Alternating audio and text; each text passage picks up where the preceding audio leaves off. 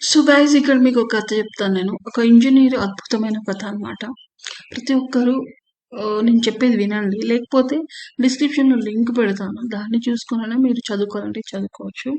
So ఇక్కడ నేను 2 titles ఇవ్వడం జరిగిందండి. ఒక ఇంజినీర్ అద్భుతమైన కథ అనేసి ఒకటి.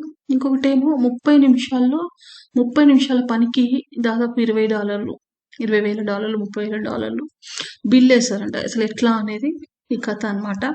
సో, దీనికి మీరు కథ విన్న తర్వాత దీనికి ఏది టైటిల్ కరెక్ట్ థంబ్‌నెయిల్ అనేది నాకు కొంచెం చెప్పండి. ఓకే. సో, స్టార్ట్ చేస్తున్నా అండి ఎట్లా అనేది. ఒక పెద్ద ఓడ చెడిపోయిందట. కదలనని మొరాయిస్తుంది. చాలా మంది నిపుణులు వచ్చి చూశారు. కానీ లాభం లేకపోయింది. ఎవ్వరు బాగు చేయలేకపోయారు. ఓడ కదలనంటుంది. ఊరంతా గాలించి 30 సంవత్సరాల అనుభవం ఉన్న ఒక ఇంజినీర్‌ని వెతికి పట్టుకొని రిపేర్ బాధ్యత అప్పగించారంట.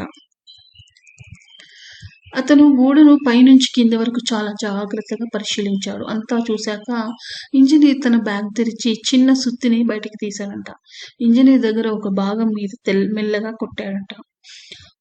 వెంటనే ఇంజిన్ మళ్ళీ ప్రాణం పోసుకుంది. సమస్య పరిష్కారం అయిపోయింది. ఒక వారం తర్వాత ఇంజినీరు ఓడ యజమానికి ఆ జెయింట్ షిప్ రిపేర్ చేయడానికి మొత్తం అయిన ఖర్చు $20,000 బిల్లు అనేసి పంపాడంట. అప్పుడు ఓడ యజమాని ఆశ్చర్యపోయాడంట. మీరు చేసింది ఏమీ లేనేలేదు. మహా అయితే అరగంట మాత్రం పని చేశారు మా కోసం. సుత్తితో చిన్నగా కొడితేనే ఇంజిన్ ప్రాణం పోసుకుంది. దానికి అంత బిల్లు ఏంటి? మాకు వివరణ కావాలి అనేసి అడిగారట. దేనికి అంత ఖర్చు చేయాలి అని అన్నాడట. అప్పుడు ఇంజినీరు అతనికి సమాధానం పంపాడు. సుత్తితో కొట్టడానికి $2 మాత్రమే. కానీ ఎక్కడ కొట్టాలో, ఎంత మేరకు కొట్టాలో తెలుసుకోవడానికి దాదాపు $19,998 అయిందని చెప్పారంట. ఒకరి నైపుణ్యం, అనుభవానికి ఇవ్వాల్సిన విలువ అది.